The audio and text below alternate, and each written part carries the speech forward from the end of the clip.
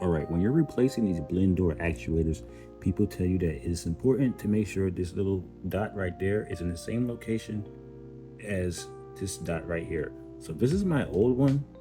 This is the new one I bought off of eBay. So this is old, this is new. This little dot needs to go on the far right hand side. How are we going to do that? We're just going to take a 9-volt battery. We're going to hook two leads onto it. Positive, negative.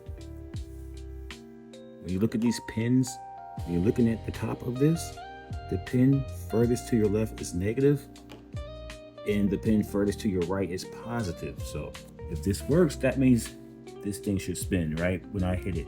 Now, of course, I did this off camera, so I already know it's going to spin, but I just want to show you guys.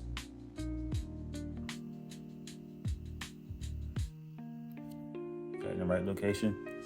So it's just that easy. It's just that easy. You don't have to rip this whole thing apart, none of that, even though I did that to make sure I knew what the pins were. But it's just that easy to get it lined up. Just get it lined up.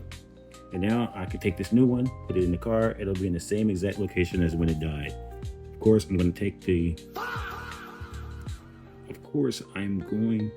fuse out. My bad.